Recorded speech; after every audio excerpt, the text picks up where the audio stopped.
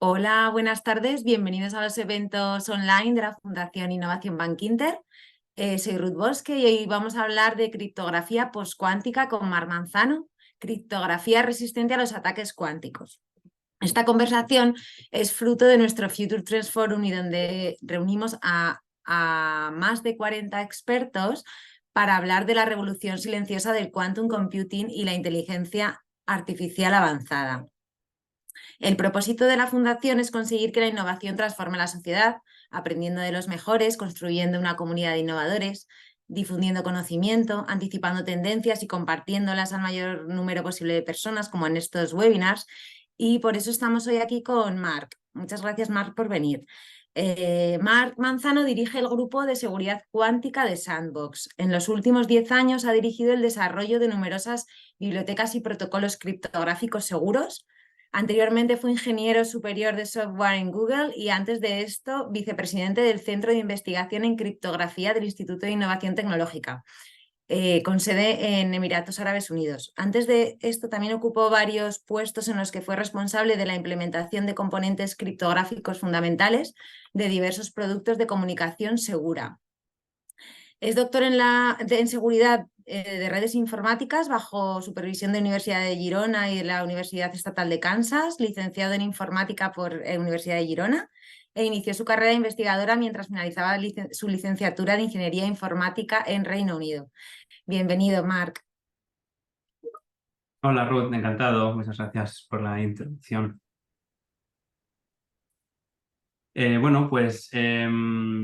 Buenas tardes a todo el mundo. Muchas gracias por estar aquí. Hoy vamos a hablar de criptografía postcuántica y vamos a dar algunos detalles de pues cómo podemos tratar desde nuestra posición en la empresa este tema y cómo prepararnos hacia la transición a criptografía postcuántica. Acabo de compartir mi pantalla. Ruth, ¿se puede ver bien? Sí, lo vemos perfecto. Perfecto. Vale, pues lo que comentaba, vamos a hablar de criptografía postcuántica y daremos algunas pinceladas de cómo prepararse para la era cuántica desde un punto de vista de la ciberseguridad. En este webinar voy a hacer primero una mini introducción a Sandbox IQ, que es la empresa para la que trabajo. Luego vamos a hacer una primera parte donde daré una pequeña, muy sencilla introducción a la computación cuántica y qué impacto tiene la computación cuántica en la seguridad, en la ciberseguridad de hoy en día. Y luego daremos una introducción muy sencilla también a qué es la criptografía postcuántica. En la segunda parte hablaremos un poco de cuáles son los nuevos estándares que se están preparando en este ámbito y acabaremos hablando un poco de qué se puede hacer, cuáles son los temas que se tienen que tener en cuenta en la migración a criptografía postcuántica. En la mini introducción, Sandbox IQ es una empresa que empezó dentro de Alphabet, dentro de Google, por Jack Hidari, que es el señor que veis a la izquierda. Empezó hace varios años y después de varios años de trabajo dentro de Google, en 2022 hicimos un spin-out y ahora pues somos una empresa independiente que se llama Sandbox IQ. Y la relación que tenemos con Alphabet es que Eric Schmidt, que fue CEO y luego chairman de Alphabet, es nuestro chairman hoy en día. ¿En qué trabaja Sandbox IQ? Pues nos centramos y lo que más nos interesa es resolver problemas que están en la intersección entre la física cuántica y la inteligencia artificial, ¿vale? Son temas que pueden ser muy amplios, pero en específico, de momento, los temas que tratamos son, por una parte, simulación y optimización. Y en este caso lo que hacemos es intentar resolver problemas de hoy en día con algoritmos que cogen inspiración de la física cuántica, pero utilizando hardware clásico. Por ejemplo, trabajamos con farmacéuticas, ayudando a desarrollar nuevos medicamentos. Tenemos un departamento también que se encarga de desarrollar sensores cuánticos para salud y también para navegación. Y luego está el departamento, que es el departamento que yo llevo, que se trata de seguridad cuántica. Aunque en realidad no hacemos nada cuántico como tal, en lo que nos centramos es en ayudar a que nuestros clientes se preparen para la era cuántica y que puedan garantizar ciertas medidas de seguridad en el caso de que haya un ordenador cuántico que pueda descifrar las comunicaciones de hoy en día. Bueno, pues esta es la pequeña introducción de Sandbox. Vamos a empezar con la primera parte y con una breve introducción a qué es la computación cuántica, ¿no? Bueno, pues al final los ordenadores cuánticos están basados en la mecánica cuántica, que es una rama de la física cuántica, pues que estudia las partículas subatómicas, como por ejemplo electrones o fotones, ¿vale? En los ordenadores clásicos, algo que todo el mundo, mucha gente conoce, es que tenemos bits y que los bits es como guardamos la información y que estos pueden ser o 0 o un 1 y que esto al final se representa con un transistor a nivel de hardware y ya está, ¿no? En cambio, en los ordenadores cuánticos, en vez de bits tenemos algo llamado qubit y lo que es interesante dentro de este modelo de computación es que esta unidad de información puede a la vez contener parte de 0 y parte de 1 y puede estar en un estado que llamamos que está superpuesto. La manera de representarlo normalmente es con este circulito que veis aquí en la diapositiva, que es la esfera de Bloch, y que bueno, se representa normalmente con un vector dependiendo de la probabilidad que tenga el qubit de acabar siendo 0 o 1, ¿vale? No voy a dar muchos más detalles, pero al final lo interesante es que durante los cálculos que se pueden hacer con este modelo de computación, el qubit puede tener esta superposición de valores entre 0 y 1 y que solo al final del cómputo, cuando se mide el resultado final, ahí es donde el qubit acaba teniendo un valor o de 0 o de 1, dependiendo de la probabilidad que tenga durante el cálculo. Bueno, normalmente me gusta explicar este ejemplo porque es algo que todo el mundo acaba entendiendo fácilmente. En principio, esto de aquí es una molécula de café, de la cafeína, y es una molécula que todo el mundo conoce muy bien.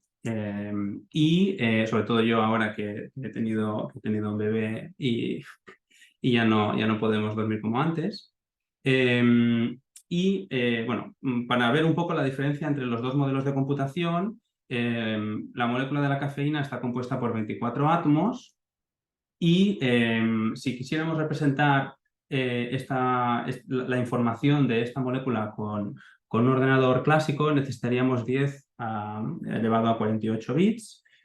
Y para hacernos una idea de la magnitud de los bits que eso sería, estamos hablando, por ejemplo, que el número de átomos en la Tierra está entre 10 a la 49 y 10 a la 50. Por lo tanto, son muchísimos bits, ¿vale? Pero en el modelo de computación cuántica, a través de los qubits, tendríamos suficiente con 160 qubits. Y esto es una de las cosas que hace la computación cuántica tan atractiva, ¿no? Es un modelo de computación que está inspirado en la naturaleza porque viene de las partículas subatómicas y por lo tanto hay ciertos cálculos que se pueden realizar de manera muchísimo más eficiente que con los ordenadores clásicos. Y bueno, en términos de qué retos tenemos para tener estos ordenadores en nuestras casas o en funcionamiento hoy en día, hay dos puntos que normalmente son los que se acaban comentando en todo tipo de discusiones. Uno es que estos ordenadores de momento necesitan tener temperaturas muy bajas, ¿vale? Cerca del cero absoluto, y que de momento los qubits que tenemos el estado que contienen acaba decayendo, ¿vale? Por interferencias con el medio en el que están, pues acaban decayendo y a ese hecho se le llama decoherencia. Porque no podemos mantener ese estado mucho tiempo, tampoco podemos hacer cálculos muy, muy largos, ¿no? Y estos dos factores son factores bastante importantes y que de momento, bueno, hay muchísimos investigadores trabajando en esto e intentando avanzar. Bueno, pues esto es ordenatorios cuánticos. Vamos a hablar un poco de qué impacto tienen en el mundo de la ciberseguridad. Estas dos personas, Peter Shor y Love Grover, son muy importantes cuando hablamos de ciberseguridad y el mundo cuántico porque son dos personas que publicaron dos algoritmos, el algoritmo de Shor y el algoritmo de Grover, que tuvieron un impacto significativo. El algoritmo de Shor está basado en el algoritmo de Simon, que es un algoritmo que propuso Simon para encontrar un periodo dentro de una función, ¿no? Es cuando una función se vuelve a repetir dependiendo del input. El algoritmo de Simon proporciona una aceleración exponencial en este cálculo de calcular el periodo.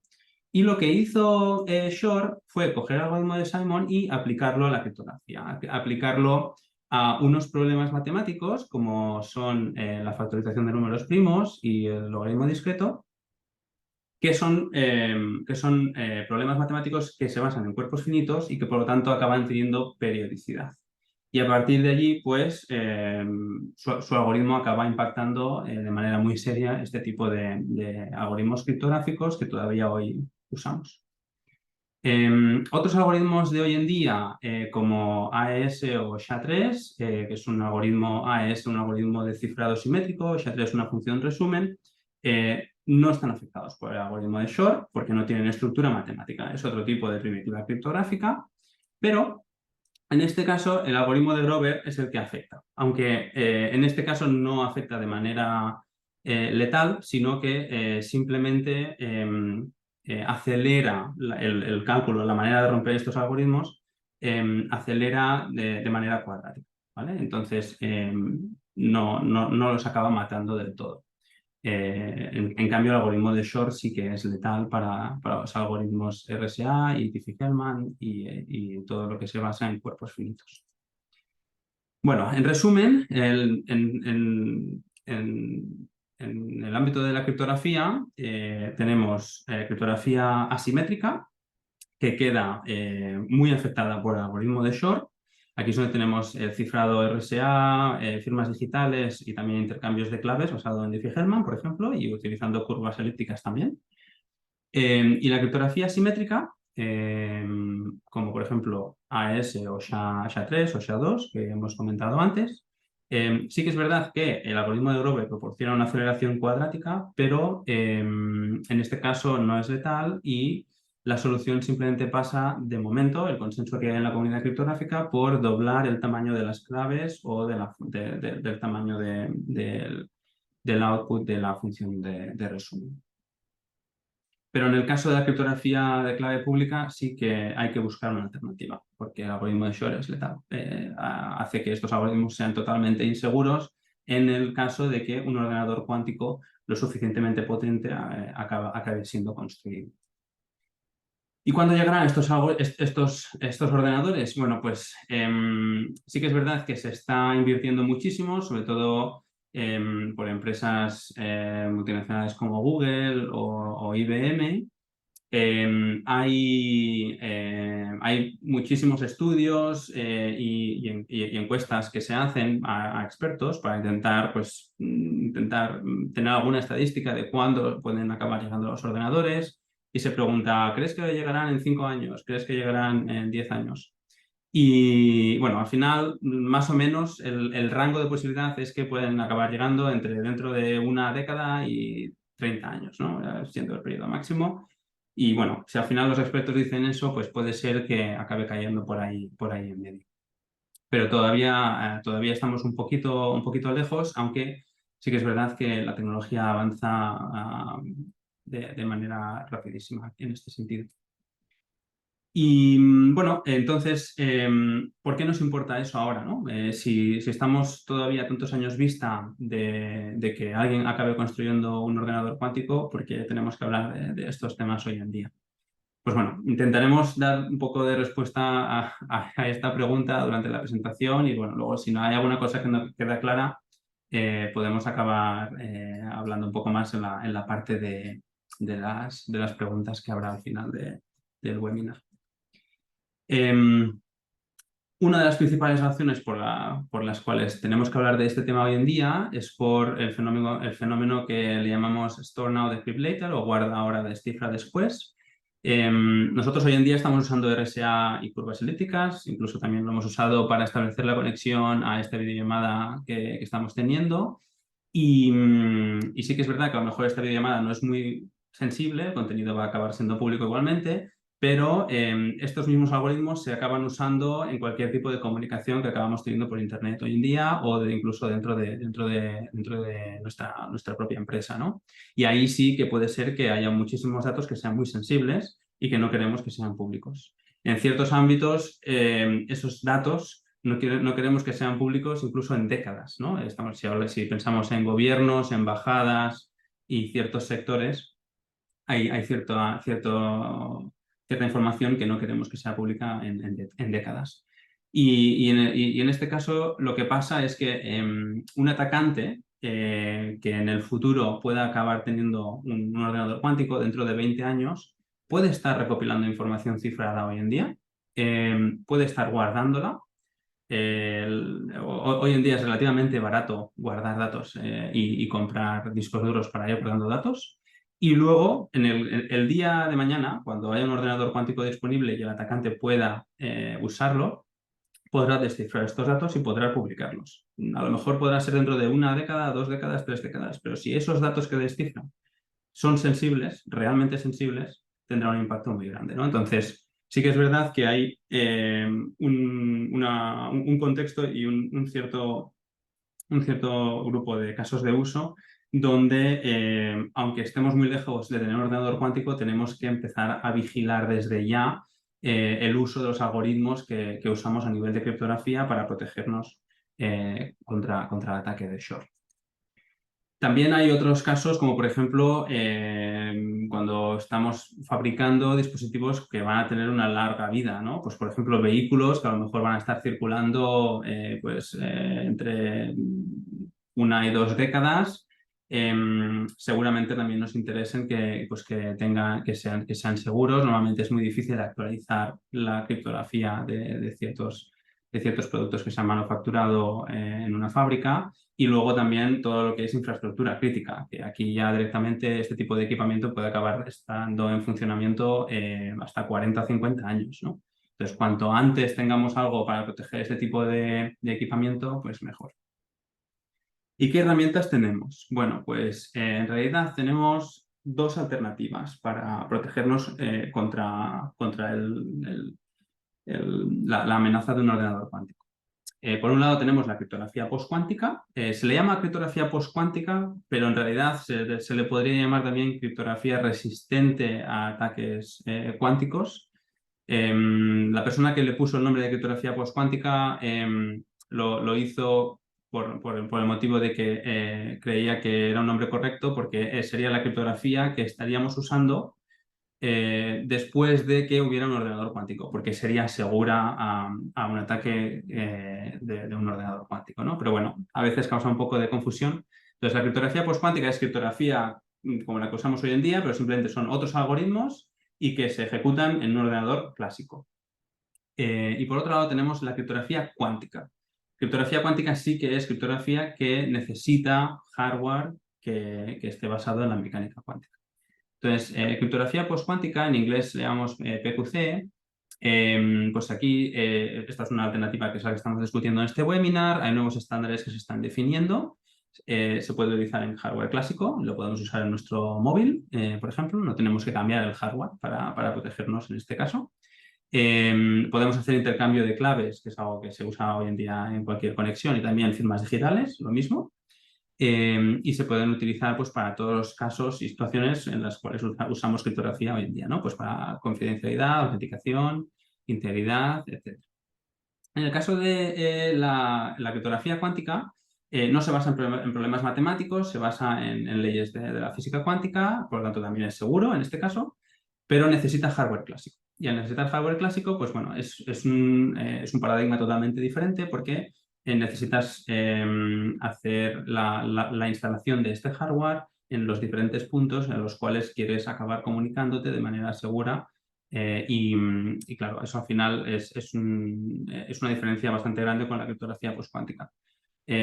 Las dos son totalmente compatibles y seguramente en el futuro acabarán coexistiendo. De momento, todavía hay varios grupos que trabajan de manera independiente, ¿no? Nosotros en Sandbox sí que es verdad que nos centramos en la parte de criptografía postcuántica, porque es lo que hoy en día muchísimas de las empresas con las que trabajamos tienen este problema.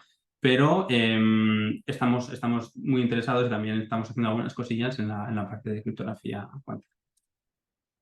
Y bueno, dentro de la criptografía postcuántica, así como antes estábamos hablando de RSA y Diffie-Hellman o curvas elípticas, en la criptografía postcuántica también se hablan de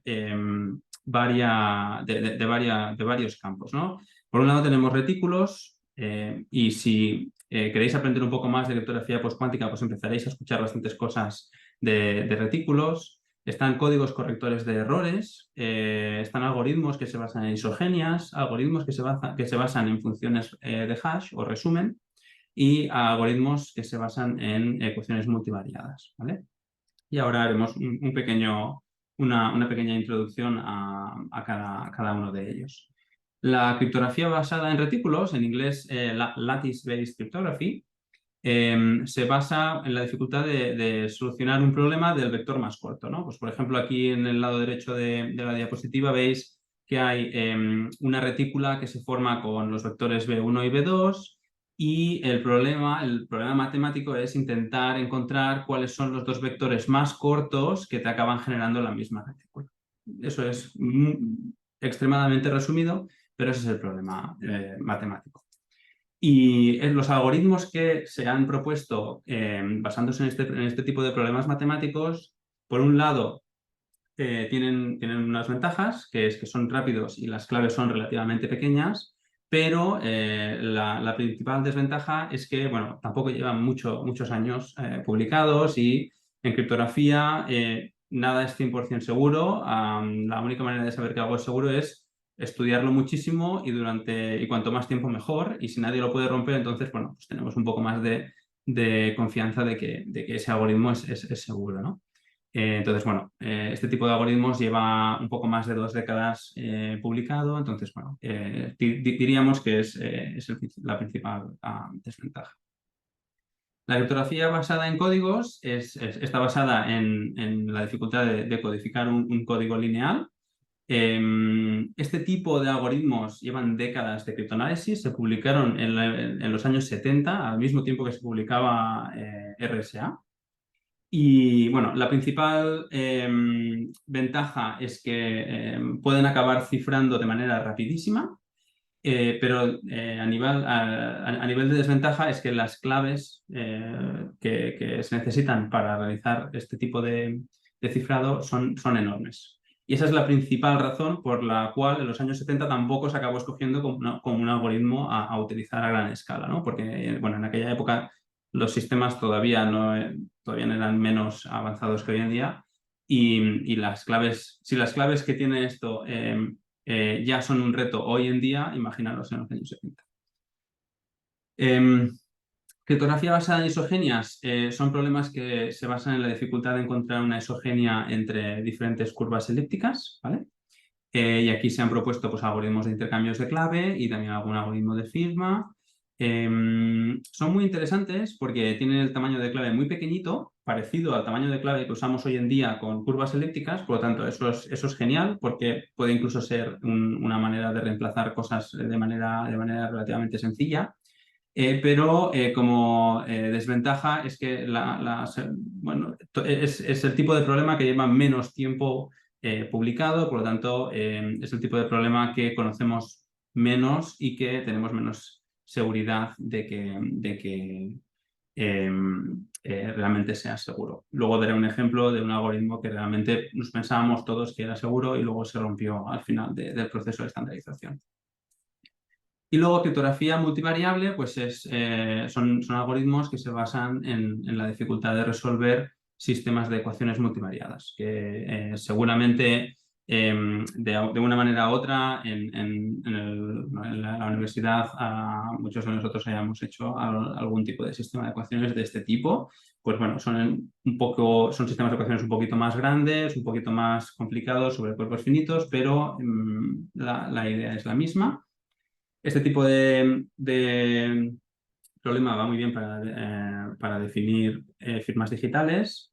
Las claves privadas son cortas, pero la desventaja es que las claves públicas son grandes, ¿no? En este caso, no es que las dos claves sean muy pequeñas o muy grandes, es que hay una corta y otra larga. Bueno, y como veis, bueno, dependiendo del problema, hay ventajas y desventajas. Y este es el mundo postcuántico. Ya no todo va a ser tan bonito como ha sido con RSA o con curvas elípticas. Los algoritmos que tenemos en criptografía postcuántica, todos tienen algunas ventajas y algunas desventajas. Y sobre todo, veremos en una tablita que voy a poner las diferencias, ¿no? Y para acabar, el quinto grupo de criptografía postcuántica es la criptografía basada en hash o en funciones resumen. Esto no se basa en problema matemático, por lo tanto, es mucho más fácil de que estemos seguros de que esto es un tipo de algoritmo que es seguro y está basado en las propiedades de la seguridad de funciones unidireccionales o resumen, en este caso, como por ejemplo SHA-3 que comentábamos antes. La manera como se acaba construyendo un algoritmo de firma digital basada en esto es utilizando una estructura de árbol de Merkle, que es lo que he intentado dibujar aquí a la derecha. Pero bueno, en este caso las ventajas es que tiene claves muy pequeñas, son esquemas muy seguros, pero tiene firmas muy lentas y las firmas digitales son muy grandes. La firma digital que tenemos hoy en día comparada con la firma digital que nos da uno de estos algoritmos es minúscula. Bueno, y lo que comentaba, al final, a alto nivel, los retos de la criptografía postcuántica, por un lado, es que hay algoritmos que son más recientes que otros, algunos de los años 70, otros de hace menos de una década.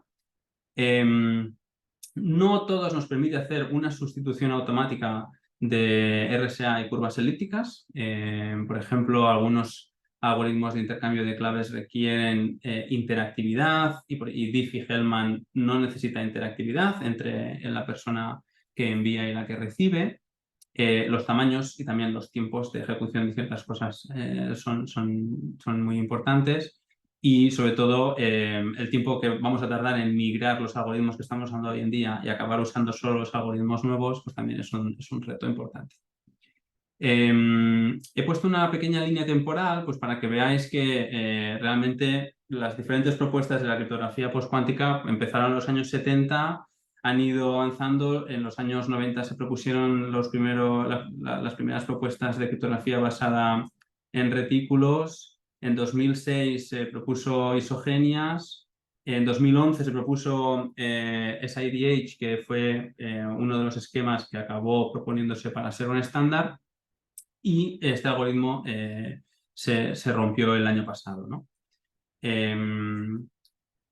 Y luego, bueno, en comparación a la criptografía que hemos estado usando hoy en día, hasta hoy en día, es criptografía pues también de los años 70.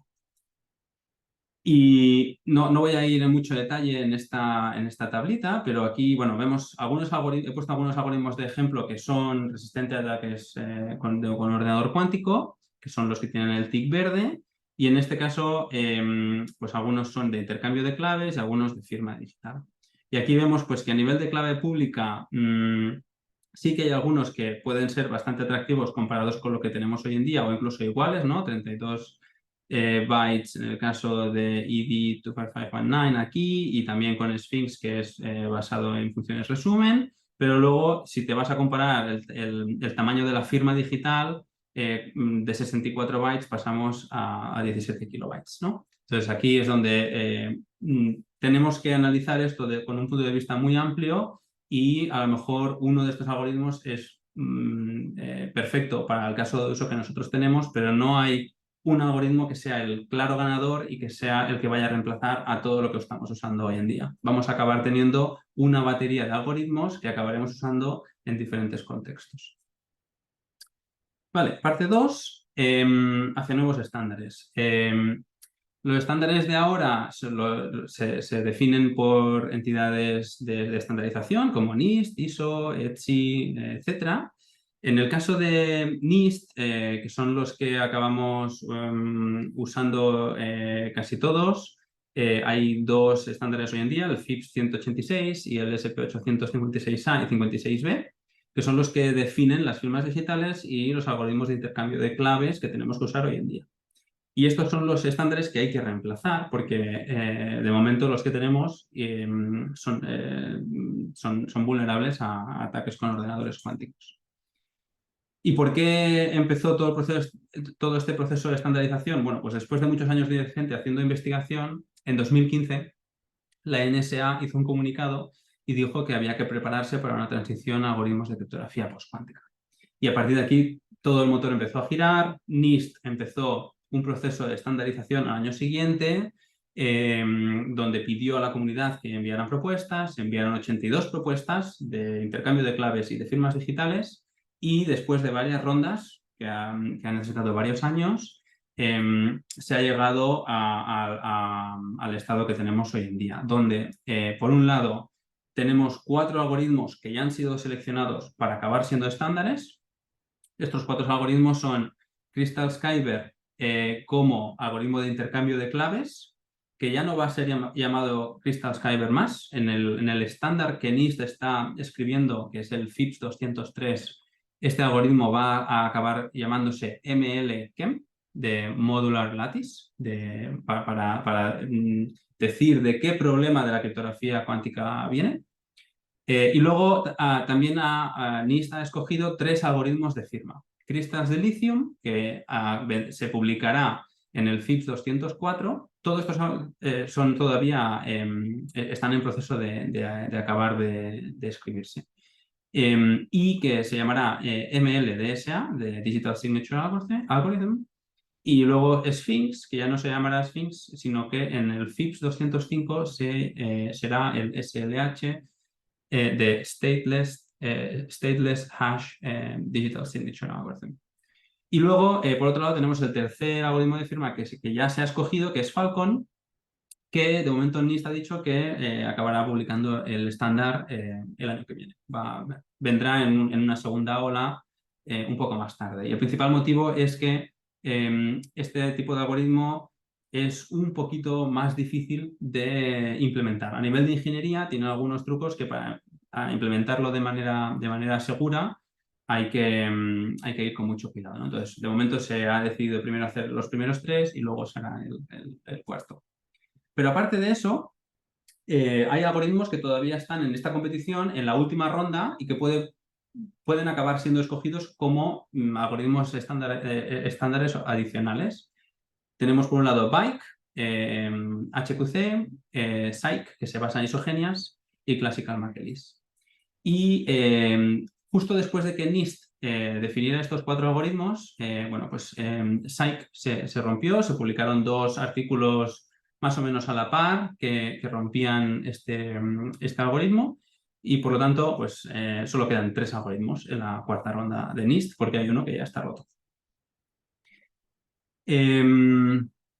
Aparte de la competición o del proceso de estandarización que se empezó hace varios años, en el 2016, para escoger algoritmos de intercambio de claves y de firmas digitales, NIST ha empezado este año otro proceso en paralelo de estandarización de firmas adicionales.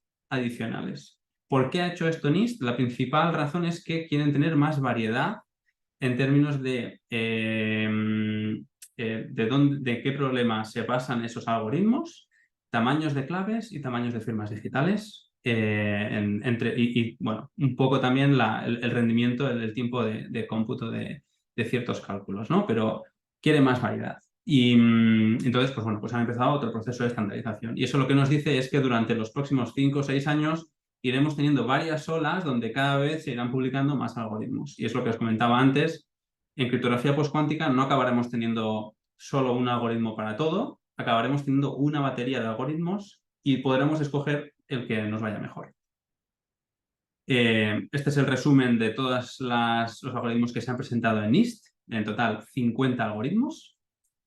Hay otra competición en NIST que va a empezar dentro de poco, que está basada en criptografía umbral y que también tiene ciertos componentes de criptografía postcuántica, ¿vale? Solo para comentároslo, no voy a entrar en detalle, pero para que sepáis que realmente hay muchas cosas en paralelo. En el IETF también hay varios grupos de trabajo definiendo RFCs que van a acabar utilizando criptografía postcuántica.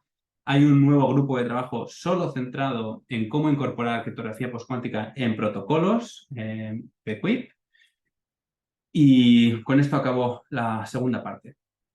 En la tercera parte vamos a hablar un poco de la parte de migración. Y no es muy larga. Voy a dar algunas pinceladas a nivel de migración, cuáles son las cosas importantes.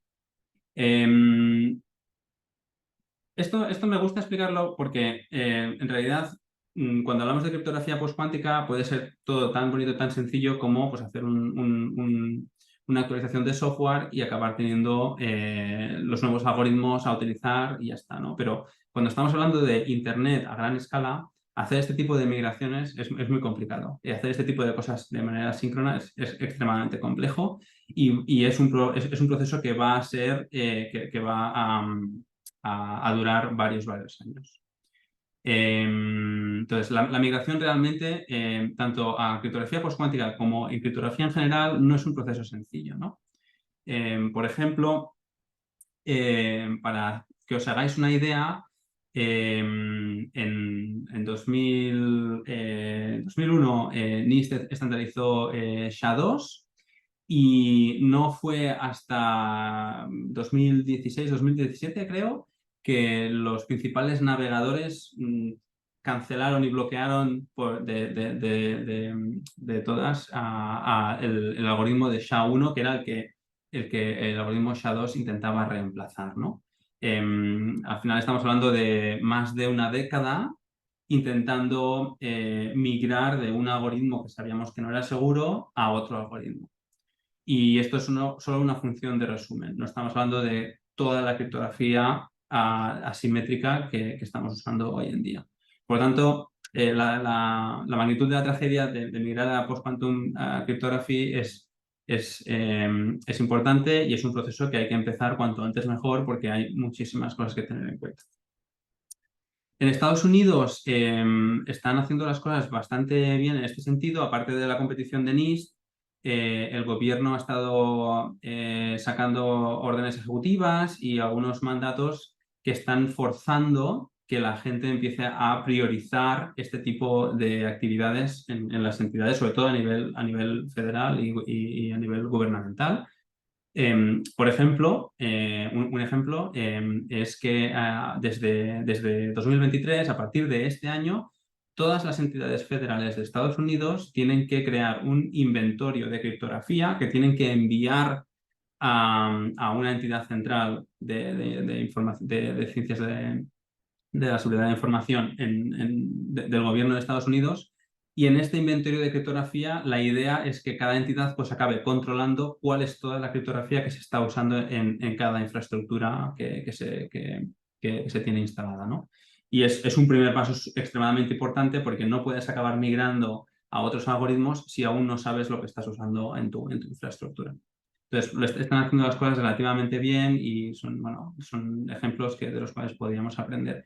Y no solo por parte de órdenes ejecutivas, sino que luego toda la parte de regulación de las diferentes industrias también se está poniendo mucho las pilas. En este caso, la SEC, que regula pues, el sector financiero, ha sacado un nuevo mandato donde está pidiendo a todas las entidades del sector financiero que tienen que reportar de una manera muy estricta y muy detallada todos los riesgos, la estrategia y todo lo que tiene que ver cómo una entidad está siendo conforme a los estándares y a lo que se está dictando a nivel de ciberseguridad. Y esto, pues, evidentemente tiene mucha importancia en el sector financiero y hará que las entidades del sector financiero, pues, también tomen nota de ello. A nivel de retos de hoy en día, cuando hablamos de criptografía dentro de una empresa, bueno, la lista puede ser muy larga, pero para ir un poco a la idea, podemos tener situaciones catastróficas cuando algún certificado digital caduca y no nos hemos dado cuenta que ha caducado y nadie lo ha renovado. Y puede ser, pues, que toda nuestra plataforma o toda nuestra aplicación quede inaccesible, ¿no? Porque el navegador la va a bloquear. Es un riesgo muy grande tener incógnitas desconocidas. ¿No? Es lo que en inglés llamamos el unknown unknowns, que es no saber lo que no sé de mi infraestructura.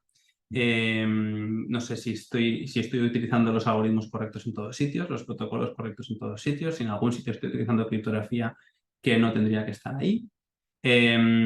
También es súper importante que en toda mi infraestructura se aplique el nivel de seguridad que yo quiero y quiero controlarlo de manera correcta, y a veces esto es muy difícil y pues se acaban implementando políticas de manera inconsistente dentro incluso de una misma infraestructura.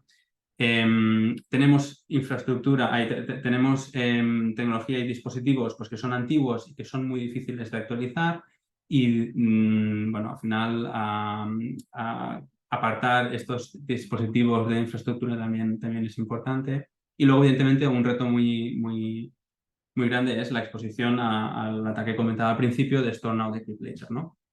Todo esto no es solo un reto de la migración a criptografía postcuántica, todo esto es un reto de la gestión de la criptografía en general en una infraestructura. Y por lo tanto, al final, y esto es algo que me llevo dedicando ahora unos años desde que estábamos dentro de Google, nos dedicamos a mejorar cómo se gestiona la criptografía dentro de una infraestructura. Estamos modernizando cómo se gestiona la criptografía. Y hablando de qué significa criptografía, la gestión de criptografía moderna, normalmente explico esto con estos 7 puntos y con esto ya acabo. Gestionar criptografía de manera moderna significa que tengo que tener visibilidad de qué criptografía se está usando en mi infraestructura, quién está usando esa criptografía, cuándo se está usando y con quién se está usando. Tengo que acabar teniendo un inventario y allí teniendo visibilidad de todo esto que he comentado, ¿no? De todo lo que tiene que ver con criptografía de manera holística, unificada. Tengo que poder medir qué criptografía está utilizando más recursos dentro de mi infraestructura.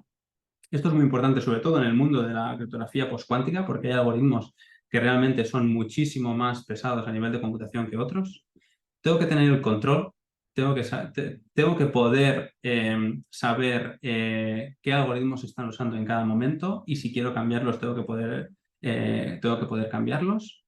Tengo que saber que estoy siendo conforme a las reglas. Tengo que poder decirle a mi equipo de regulación que no se preocupen, que estamos cumpliendo con las normas. Tengo que poder tener gobernabilidad, tengo que saber que estoy cumpliendo con todo lo que se me pide y que se puede hacer de manera fácil. Agilidad a nivel de poder hacer cambios sin tener que volver a levantar todos los servicios. Aquí estaríamos hablando de criptografía ágil, ¿no? De intentar tener sistemas que puedan cambiar los algoritmos que se están usando y los protocolos que se están usando sin tener que volver a reinstalar todo el software, ¿no? Que se pueda hacer de manera dinámica. Y luego también gestión de criptografía moderna, por supuesto, significa que podamos protegernos contra ataques de ordenadores cuánticos. Y este tipo de manera de ver a la gestión de la criptografía tiene por lo menos que tener en cuenta todos estos puntos. Y al final, con esto ya acabo, cuando hablamos de migración a criptografía postcuántica, hablamos de un proceso que va a durar muchos años, que es muy complejo y que puede ser que incluso los algoritmos, los ordenadores cuánticos no acaben construyéndose nunca. Pero si gracias a ello hemos acabado mejorando la manera como gestionamos la criptografía dentro de nuestra infraestructura y podemos tener un sistema mucho más avanzado y resistente a ciertos eventos que pueden haber en el futuro, como alguna vulnerabilidad que se publique de algún algoritmo, etcétera, etcétera, pues por lo menos habremos mejorado la postura de ciberseguridad de nuestra empresa, ¿no? Y ya está, con esto quería acabar. Y ahora, pues supongo que con Ruth miraremos alguna de las preguntas. A ver, muchas gracias, Marc. Sí, tenemos por aquí unas cuantas preguntas. Te voy a ir empezando. Mira, nos preguntan si nos puedes contar qué serían las criptodefensas. Em, pues no lo sé. No sé qué se refieren con criptodefensas. A lo mejor a ver si la persona que ha preguntado puede decir un poco más de contexto y así. Vale, lo vamos a preguntar, sí. Y mientras voy pasando a la siguiente. Otro usuario nos pregunta qué es una isogenia. Una isogenia muy alto nivel es una transformación. Es una curva elíptica y la isogenia es cómo tengo que transformar esa curva elíptica para que me lleve a otra curva elíptica. Es una operación matemática que transforma. Vale. Otra pregunta. Dicen por aquí, ¿blockchain descentralizado también sería atacable con un ordenador cuántico? Sí, esto es una buena pregunta. Bueno, sí que, por ejemplo, Bitcoin utiliza un tipo de criptografía que, bueno, pues que todo el mundo conocéis y que es vulnerable a ataques con ordenadores cuánticos. Muchas blockchains utilizan algoritmos de firma digital que está basada en curvas elípticas y que, por lo tanto, son vulnerables a ataques con ordenadores cuánticos. ¿Significa eso que me van a poder robar el dinero mañana? Bueno, hay varias discusiones y varias maneras de tratar el tema. Hay blockchains que ya han salido que utilizan algoritmos que hemos estado viendo hoy, que son algoritmos ya resistentes. Eh, pero luego sí que hay estrategias, por ejemplo, de migración de blockchains, etcétera, etcétera. Entonces, la respuesta es sí, blockchain queda afectado por un ordenador cuántico y de alguna manera se tendrán que adaptar. Como están basados en firmas digitales, la urgencia es un poco menor que en otros ámbitos donde nos estamos basando en la seguridad de intercambio de claves, ¿vale? Eso es una discusión que a lo mejor necesitamos un poco más de tiempo, pero lo dejo ahí. Otra pregunta por aquí. ¿Alrededor de cuántos dígitos contiene hoy en día una clave que se basa en factorización de números RSA? Bueno, en principio, no sé si entiendo bien la pregunta. Las claves RSA que usamos hoy en día tienen o 2048 bits o 4096 bits. Para dar un poco más de información, los ordenadores cuánticos que tenemos hoy en día, bueno, alguno de IBM tiene ya algunos pocos centenares de qubits. Y estamos hablando que para romper RSA 2048 necesitaríamos alrededor de 20 millones de qubits. Entonces, bueno, eso nos dice todavía cómo de lejos estamos a nivel de tecnología de que se pueda acabar rompiendo esto. Mira, nos preguntan qué implicaciones tiene esto en procesos administrativos y de negocio actuales como certificados digitales, DNI electrónico, medios de pago, criptomonedas, incluso cómo nos va a afectar en nuestro día a día. ¿Acabará el phishing? ¿Dejaremos de usar contraseñas por otros sistemas? Bueno, hay muchas cosas en una sola pregunta. En certificados digitales, DNI electrónico y este tipo de sistemas, es extremadamente importante empezar a hacer la migración cuanto antes, porque al final el DNI electrónico es algo que tú vas a la policía y te dan tu DNI, y ese DNI tiene dentro el certificado que te identifica a ti como la persona que puede hacer ciertos trámites con ese certificado digital. Y ese certificado digital luego está ahí dentro, no se puede actualizar en remoto, a no ser que tú vayas y te lo actualicen o te den un nuevo DNI, no se va a poder actualizar, ¿no? Por lo tanto, este tipo de sistemas es el mismo ejemplo que lo que comentaba de, por ejemplo, los vehículos o cualquier tipo de equipamiento que se está fabricando para la red eléctrica. Cuando estamos fabricando algo que va a estar funcionando varios años, cuanto antes prioricemos empezar a utilizar estos nuevos algoritmos, mejor. Sí que es verdad que aún no hay estándares. Están a punto de publicarse y dentro de poco ya van a estar ahí, ¿no? Y hasta que no estén ahí, pues no los podemos tener de manera oficial en un DNI. Pero bueno, tener todo el sistema preparado para cuando tengamos los estándares por fin publicados, darle al clic al botón y empezar a producir DNIs electrónicos con criptografía postcuántica, pues estaría muy bien. Y es parte del proceso de migración también, prepararte para poder estar en ese punto. Nos preguntan también, interesante, ¿qué reto supone para el futuro de la guerra electrónica y los sistemas defensivos? Bueno,